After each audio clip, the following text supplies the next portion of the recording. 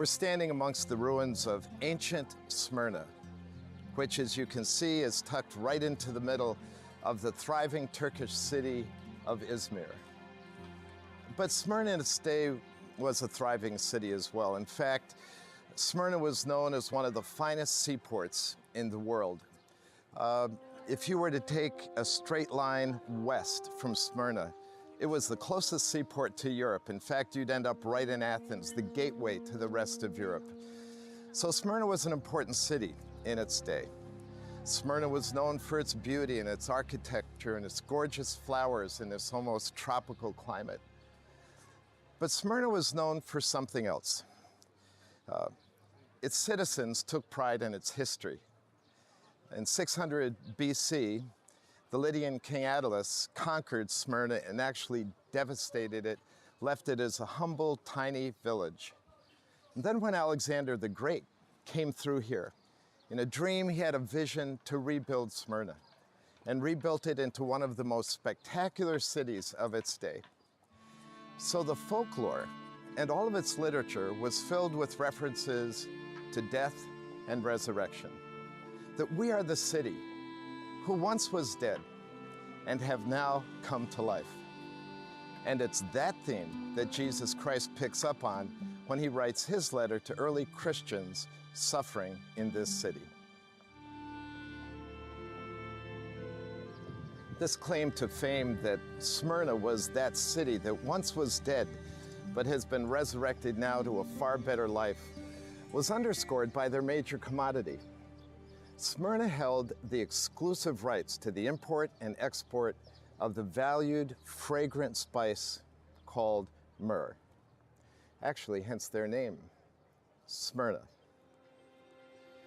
Myrrh was not only valued for its fragrance, but it was valued for its use in burial procedures. In fact, they sold just countless amounts of myrrh to Egypt, where the embalming process was to preserve the body for its right to the afterlife, and myrrh was a very key ingredient.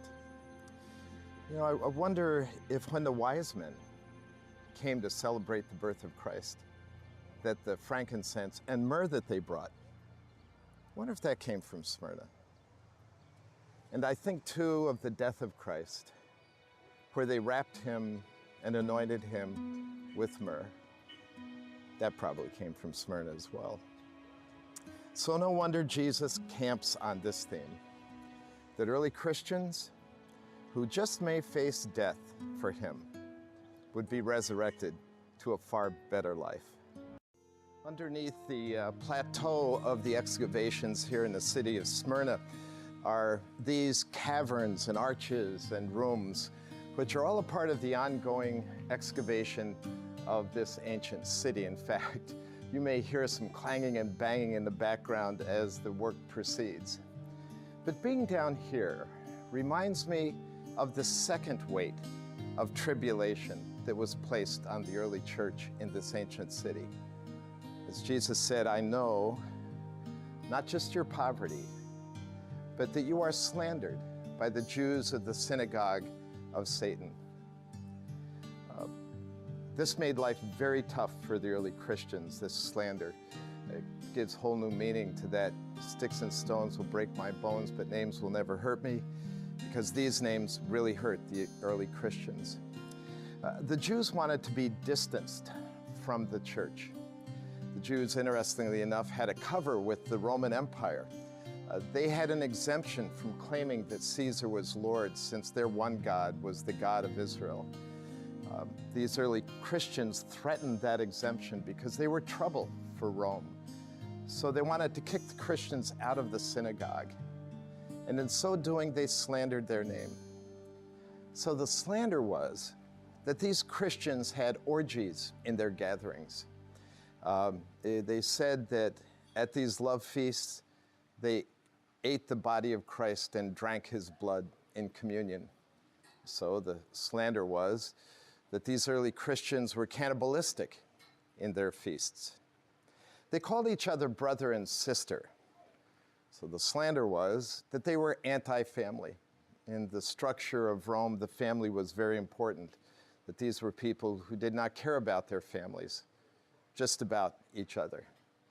Well, it was those kinds of things that caused additional pressure, that marginalized the Christians, that alienated them, that made them a despised subculture. And so Jesus says, I'm well aware of your tribulation and the great weight of the slander that is thrown against you. So Jesus writes to these suffering followers of him at Smyrna that he knows the weights of their tribulation, that he knows the weight of their poverty, the weight of the slander hurled against them. And then he announces that there is a third weight yet to come. He tells them that their faith will be tested because they will be thrown into prison, and some of them would die for his name's sake. It wasn't good news. I mean, there were no like executive prisons or nice places where they locked up Christians. To be imprisoned probably meant that you would be thrown into a rat-infested dungeon full of human excrement, very little light, and certainly not much food. And to die? Well, you'd be thrown to the wild beasts in a public arena while the crowds cheered, or you'd be burned at the stake, or some other horrific way to die. And sure enough, that's exactly what happened to these believers. In fact, some of the famous martyrs of the church were martyred here in Smyrna. The most famous of them was Polycarp, the bishop of the 2nd century church. Polycarp lived long and distributed scriptures. He guarded the church against heresy. He's one of our most famous heroes.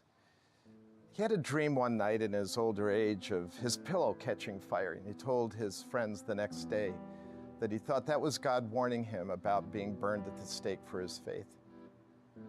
And sure enough, the proconsul of this area of the Roman Empire sent guards a few days later to get Polycarp and bring him before the proconsul. Polycarp welcomed them in, and he had his servants prepare a meal for them. Said, just wait, let me feed you. And he said, could I have 1 hour to pray? And he went apart and prayed for an hour, and in that prayer there was so much energy and passion that the guards heard it, and their hearts became guilty. For why would we extinguish a life in a man like this? But faithful to their duty, they hauled him before the Roman leader. The Roman leader, looking at this old man himself, wonders, how can I put this man to death? And he pleads with Polycarp to deny his faith. And Polycarp made that famous statement. He said, I have served my master for 86 years. How can I now deny his name? So the proconsul, in anger, said, I'm going to throw you to the wild beasts. He said, you can do whatever you want. I will not deny Jesus Christ. So they stacked up the wood and made a stake to burn Polycarp to death. Normally they would nail people to the stake so they wouldn't move. Polycarp said, you don't need to do that. Just tie my hands.